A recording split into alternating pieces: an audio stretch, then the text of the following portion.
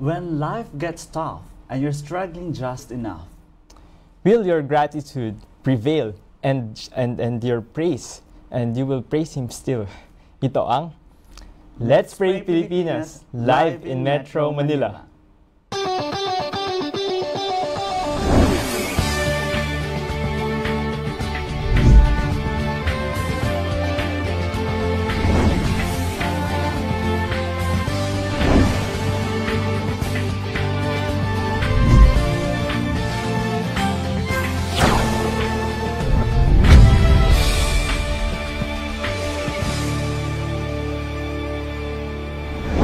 Welcome back to Let's Pray Pilipinas, a place where you don't have to pray alone. Muli, mga kaibigan, mga kapatid, mga paglaumay kayo ay aming wini-welcome dito sa Let's Pray Pilipinas muli. It's another Friday na binigay sa atin ng Panginoon upang papurihan siya at pasalamatan. Indeed, napakaraming mga bagay na ating dapat ipagpasalamat sa Panginoon. At naririto na naman tayo upang pag-usapan yung ating topic na very timely.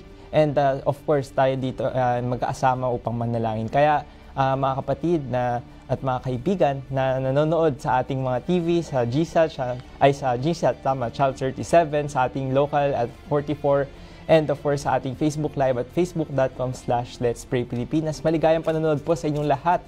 At may the Lord bless you kung nasan man po kayo. And of course, I welcome po sa aking kasama dito na si Brother Macneil. it's another beautiful and thankful Friday mga kaibigan, kapaglaom, mga kapatid. And let's all give thanks to the Lord, lalong-lalo na malapit nang magtapos ang panahong or ang taong 2020. Talagang napakabilis ng ating panahon, na kahit marami tayong pinagdaanan sa loob ng taong ito, ay patuloy pa rin tayo naglilingkod sa ating Panginoon. Yes, amen. Speaking of pagpapasalamat and praises, ay atin na pong simulan yung ating first set dito ng ating mga praise reports na tanggap. Meron po tayong natanggap mula po kay Teresa Aguilar ng Batad, Iloilo. So sabi niya po, pinasama daw po sa panalangin na si Mr. and Mrs. Pat Cejudo Jr.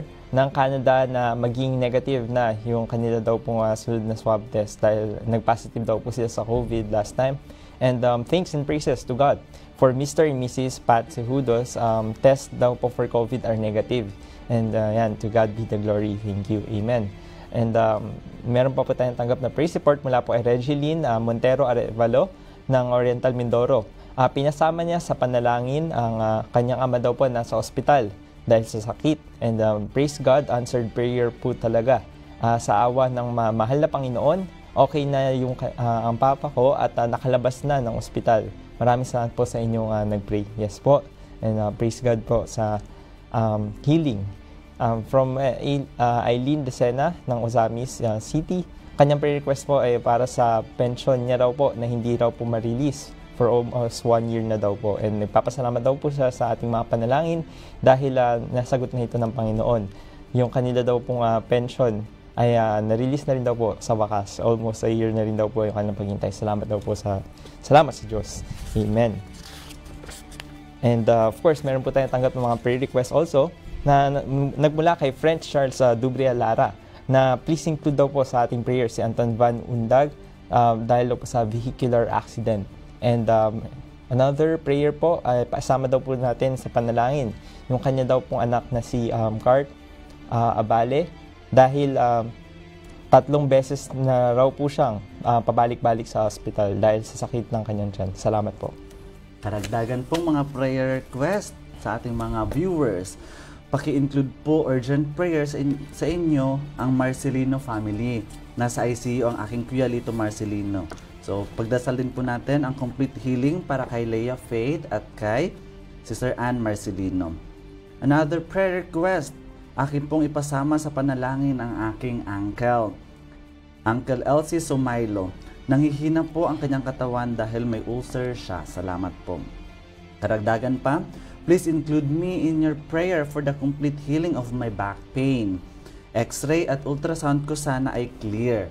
Pakisama rin sa inyong panalangin si Andy Tabamo na nasa hospital ngayon dahil namaga ang kanyang prostate at kidney.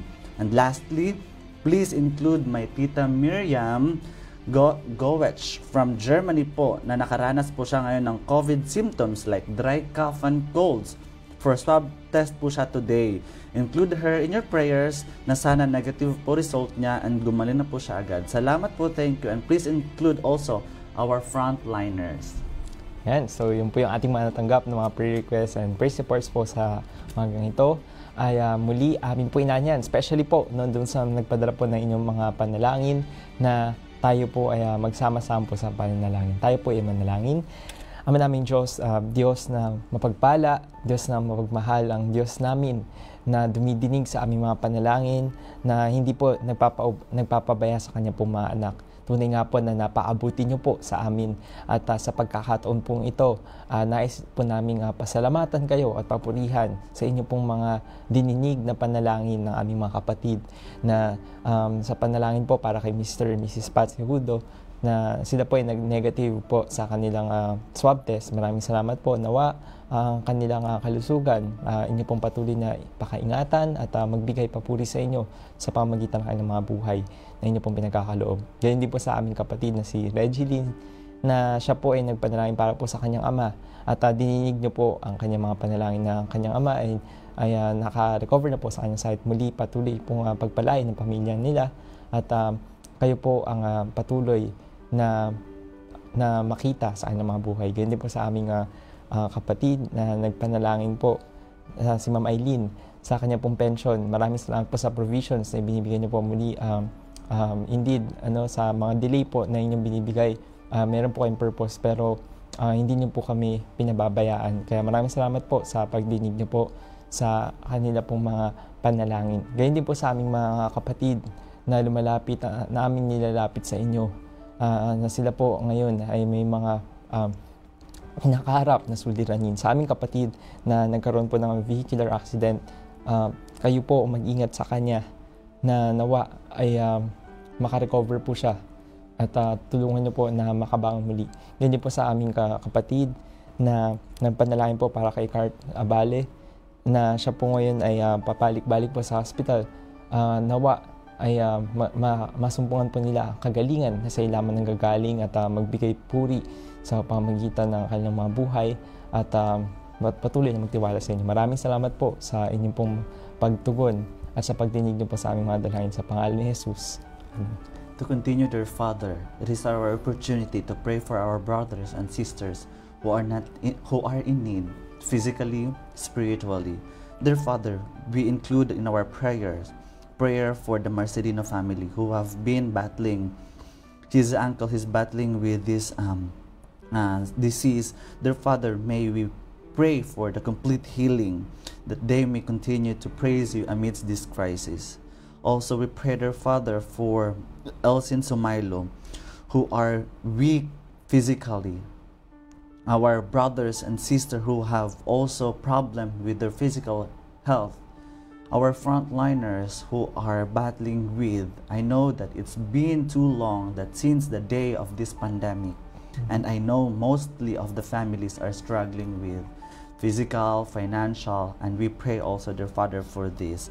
We pray for Sister Miriam, who will be having her swab test today. We pray that you will grant her request to have a negative result for this swab test. I know that she's been having the signs and symptoms of this COVID, but dear Father, you are our great physician who knows everything, and I know, dear Father, that you will always answer the prayer of your children. Thank you so much for this opportunity, dear Father, for giving us this chance to pray for our brothers, our friends who are watching with us this morning. Thank you so much for loving us. In the loving name of Jesus, we pray. Amen. Amen. Amen. Muli ay nagpapasalamat po kami sa inyong lahat na nagpadala po ng mga prayer requests at ng mga praise reports. At muli purihin po ang Panginoon sa pagsagot niya po sa ating pong mga dalangin. And I believe na napakarami pa pong mga prayers na kanya pa po sasagutin. At kaya patuloy po namin kayo nanyan ang padala po ng mga prayer requests, inyong praise reports dyan po sa mga numbers na nakikita nyo po sa inyong screen. And of course, sa ating Facebook Live ay pwede po kayo mag-comment ngayon po. At mamaya po ay ating babasahin po yan sa ating second set ng prayers. Yes, patuloy nyo rin pong i-share sa inyong mga kaibigan ating live stream. Kung kayo po ay na-bless sa ating mga panalangin at saka sa mga readings, mas marami pong mabibless kung inyo pong i-share ito sa inyong mga kaibigan at nang sa gayon ay mapaglingkuran po natin sila sa ating mga prayers ngayong umagang ito. Yan, no? So talagang napakaraming mga bagay, no, na nais pa nating ilapit sa Panginoon. Napakaraming reasons para pasalamatan siya. Kaya ngayon po yung ating pag-uusapan actually sa araw na ito tungkol sa pagpapasalamat sa Panginoon. At kaya patuloy po namin kayo inaanyahan, no, na tumutok dito sa Let's Pray Pilipinas. Ating pag-usapan itong mga bagay na ito. Especially during this time, napakarami po nangyayari. And looking back, itong 2020, it's never been so easy para po sa lahat, I believe. Lahat po tayo affected in so many ways. So, kaya patuloy po yung tumutok at magbabalik po ang Let's Pray Pilipinas pagkatapos po ng ilang mga paalala.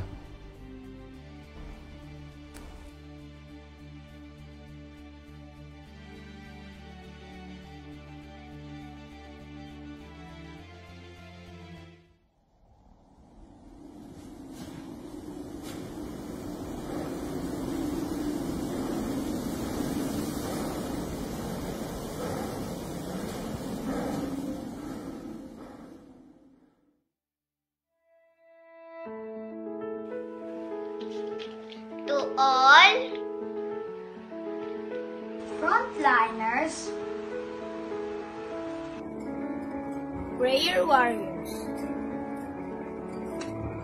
and the government employees, we are praying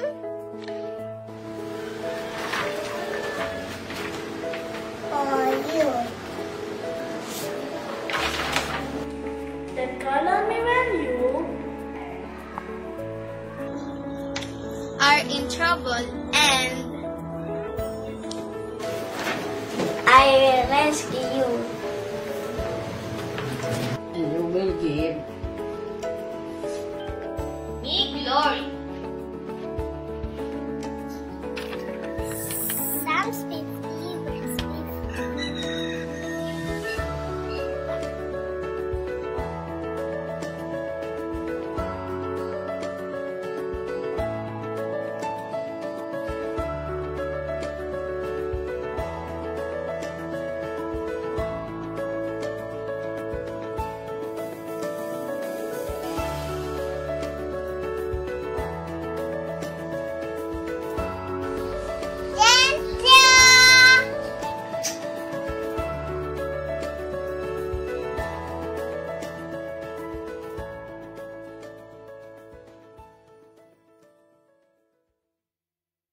Panonood patuloy sa Let's Pray Pilipinas. Ay kayo po ay welcome ulit namin dito sa ating programa.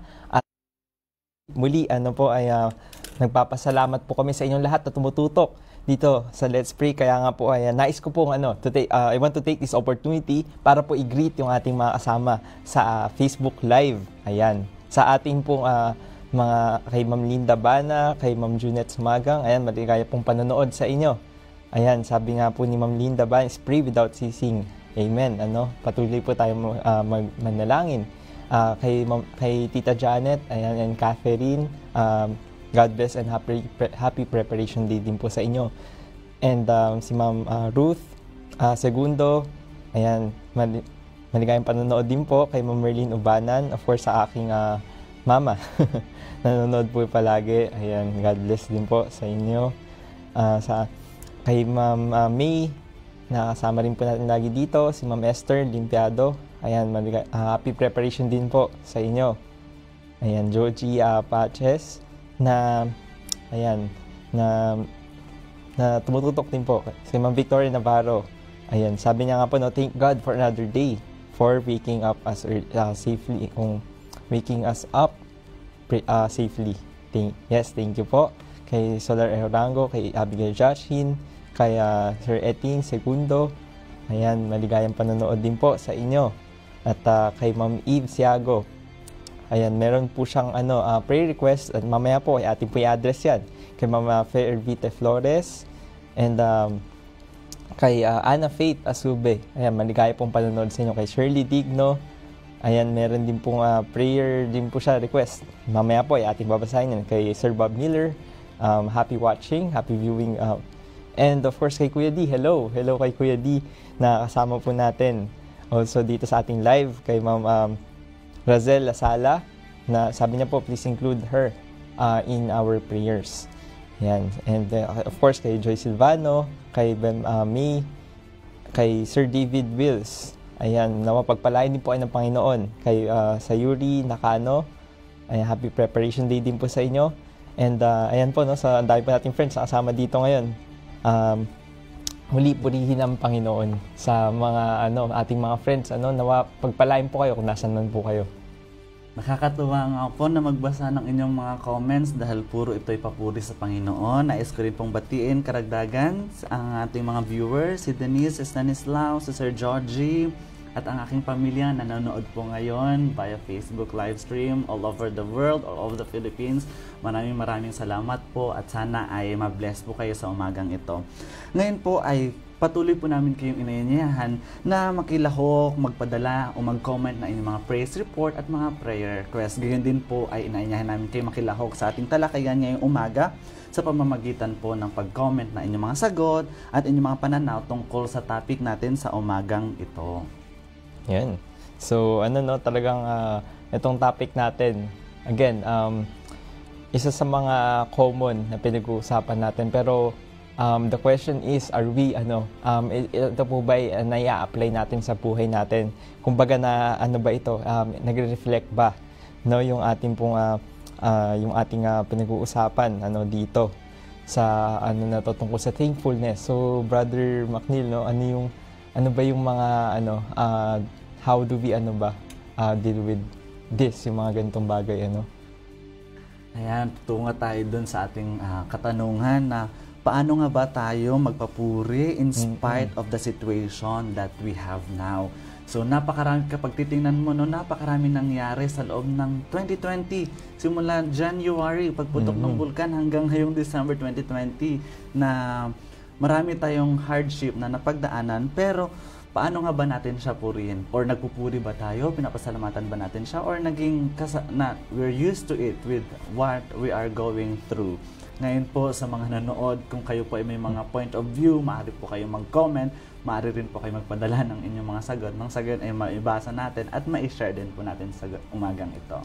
Ayan, no? So, speaking dun sa ating pinag-uusapan, ako personally po ay nakakaranas na napakaraming mga pagsubok, especially this year, napakarami. Pero I just want to thank the Lord talaga na, again, mga kapatid, mga kaibigan, marami tayong dapat ipagpasalamat sa Panginoon. The fact na nabubuhay tayo, na sinusustain niya tayo. Napakaraming mga bagay na just look into it. Na binibigay sa atin, tunay nga, sabi nga sa Lamentations, sabi ni Jeremiah sa chapter 3 and verse 22 and 23, sabi niya, your mercies and do not fail. They are new every morning. Great is thy faithfulness. Talagang everyday binibigay sa atin ng Panginoon na talagang chances binibigay niya sa atin. And itong mga bagay na ito, yung mga pagtulong niya sa atin whenever we fall, whenever na napunta tayo sa mga napakahirap na situation, yung pagbibigay niya lang ng strength sa atin para makayanan itong mga bagay na ito is a blessing in itself. And itong mga bagay na ito is talagang hinahayaan ng Panginoon. Hindi siya po yung dahilan, hindi po siya yung gumagawa ng mga pagsubok na ito, pero hinahayaan niya po. So, yun, very important thing to keep in mind. Hinahayaan ng Panginoon kasi alam niya na makakayanan natin sa tulong niya po actually. And yung na yun is nagre-refine sa ating mga character. And di naman po ang purpose ng Panginoon while we are still here. Yung sanctification, very important. And kasama po sa sanctification is actually yung tribulation or yung mga hardships ng buhay. Yun nga po, no? Sa buhay pa lang o pagkagising mo pa lang sa umaga kanina is enough to praise God. So although we have this crisis that we are facing, life that God has given us today is enough to praise Him. At kayo nga po mga kaibigan, kung meron po kayong mga experiences na nais ma-share o maibahagi ngayon, huwag niyo pong kalimutan na mag-comment po at nang makita at mabasa po natin sa umagang ito. Yan, sa ano rin, no, dito rin talaga sa mga ano. Kaya, again, this is a reminder for us na no matter how hard or napakahirap ng ating situation, na again, hindi natin sabi nga, for we walk by faith and not by sight. So, hindi sa nakikita natin ngayon, I mean, literally and figuratively. So, hindi tayo nakabase sa nakikita natin sa ngayon. Yung situation, maaaring nakikita natin, napakahirap, parang we can just seem to get out from this. Pero by faith, dahil sinabi ng Panginoon na hindi niya tayo pababayaan, hindi niya tayo iiwan, at siya ang tutulong sa atin. And again, our hope is in the Lord. Kumbaga, yung ating pag-asa ay hindi, these are not empty promises. Kumbaga, totoo ito. So may time lang talaga. There might be delays. Talagang may time ang Panginoon. Pero again, yung delays na yun na iniisip natin, perhaps, and I'm very sure, na yun yung best for us, na hinahayaan ng Panginoon na ma-delay talaga for us, yung talagang ma-refine yung ating mga character, and for us to na patuloy na lumapit sa Kanya. Kasi minsan pag naramdaman natin comforts, di ba, nakakalimot tayo sa Panginoon. Kaya pasalamatan natin patuloy yung Panginoon for those times na binibigay niya sa atin para patuloy na lumapit sa Kanya. And pasalamatan pa rin siya in spite of kung anumang situation na doon tayo. Thanks in the midst of crisis because of God who is the sovereign Lord, the one who has all things under control, who knows the beginning from the end, who works all things for the good. The God or the Savior, the one who delivers in the midst of crisis, and the strength, the one who enables us to preserve. Yan.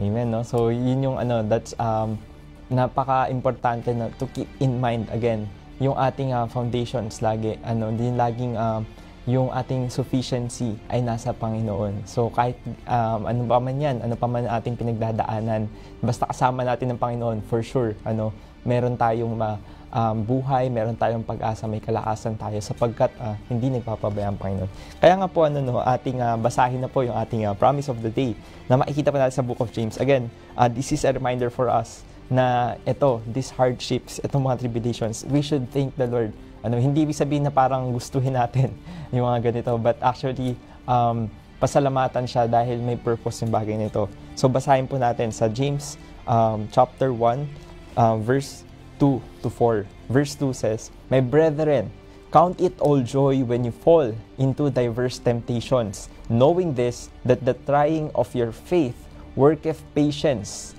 But let patience have her perfect work, and that ye may be perfect and entire, wanting nothing." Again, mga kaibigan, di ba, ang sabi nga ng Panginoon, "Be ye holy, for I am holy." Kaya, and be perfect, for I am perfect. Yung perfection po is hindi po natin ma-achieve. We won't be like Him unless dumaan po tayo sa mga pagsubok na ito. Ano yung trials? Sabi, di ba? Temptations.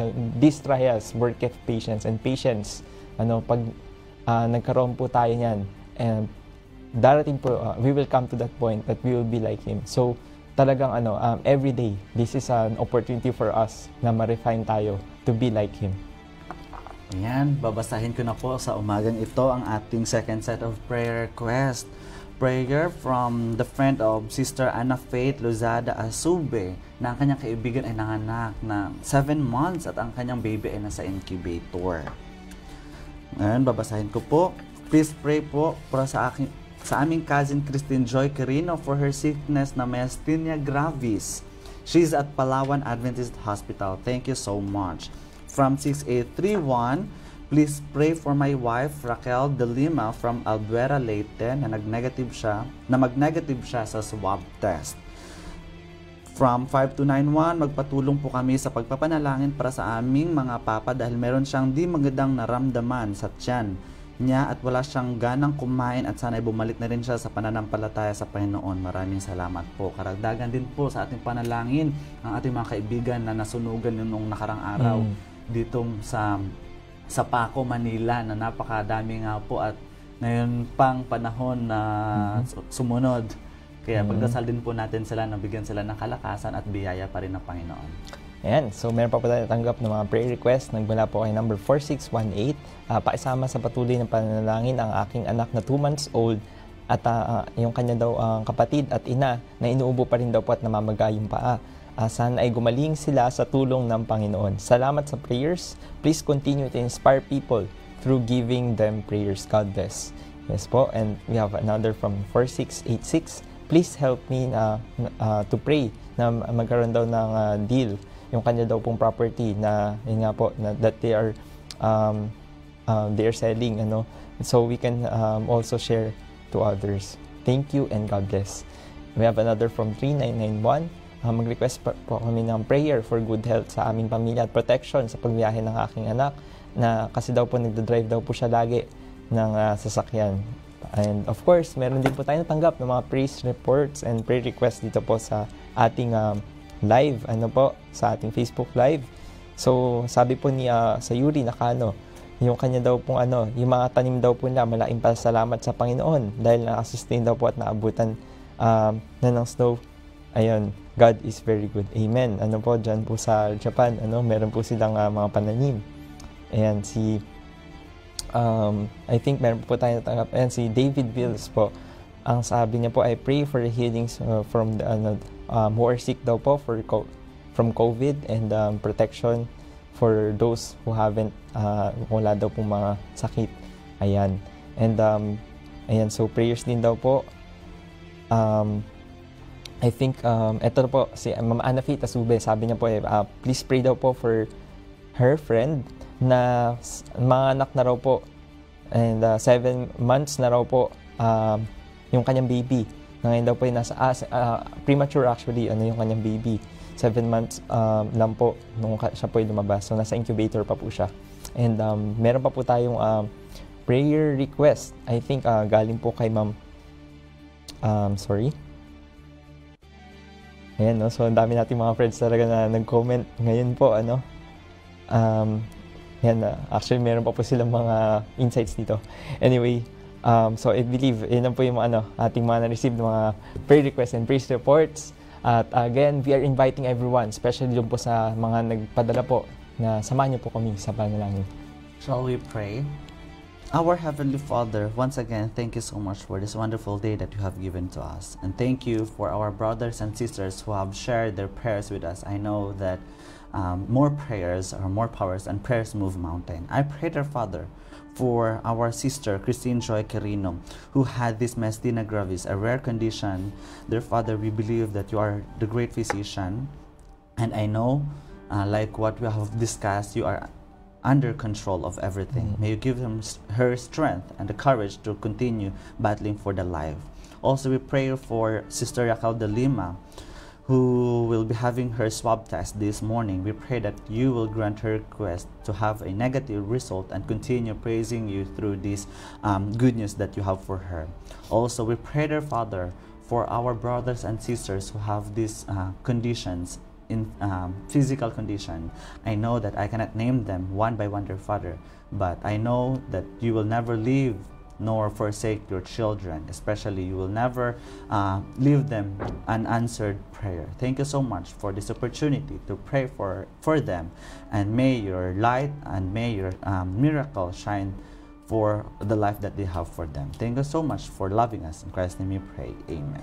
Dear Father, as we continue, we'd like to thank you and praise you indeed that amidst this crisis that you have been sustaining us, that you have been helping us, that you have been with us all the days that we are experiencing such trials or tribulations or whatever it is that we are encountering. Lord, we'd like to pray, continue to still help these people, our friends who have come to here and have sent their prayer requests, and we pray for their families, for your protection, and for the healing that they have, and even the transactions that we have, that may indeed that these blessings that we will have shall be a blessing to other people. So may it be that these things will happen all according to thy will, all according to your provisions. Dear Father, we pray still for each and every one of us, that may we just experience you, and whatever it is that we may be undergoing through, that we will just hope in you, that we will just trust in you, that whatever it is that you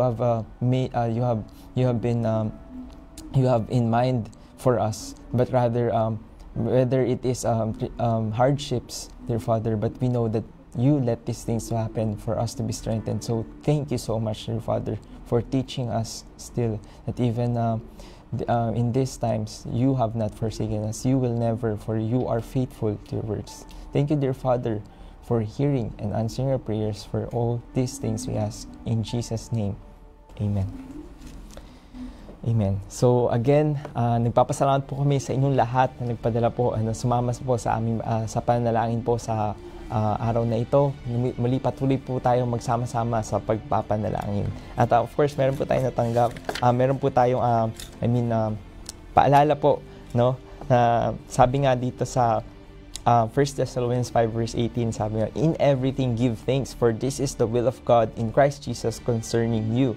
This command is an assurance that even the things which appear to be against us will work for our good. And if you want to know more about Let's Pray Pilipinas, you can visit us on our Facebook page, Let's Pray Pilipinas. And if you want, you can download the application from the Play Store and Apple Store. And if you want to watch other videos uploaded, please visit this website, www.hopechannel.com.ph. Muli mga kaibigan, mga paglaw at mga kapatid, ay patuloy niyo po kami samahan dito sa Let's Pray Pilipinas. At muli magpadala po ng mga prayer requests and yung praise reports dyan po sa mga numbers na nakikita niyo po sa inyong screen sa format na name/location, and of course sa inyong prayer requests and yung praise reports. Muli ay samahan niyo po kami sa susunod na Biyernes dito lamang sa programa na kung saan sa panalangin ay lagi kang may kasama. Ako po si Miguel Villanueva na nagsasabing, seek ye the Lord while He may be found. Call ye upon Him while He is near. At ako naman po si Macnil Valencia, reminding everyone to pray without ceasing. Ito ang Let's Pray Pilipinas! Where you don't have to pray alone.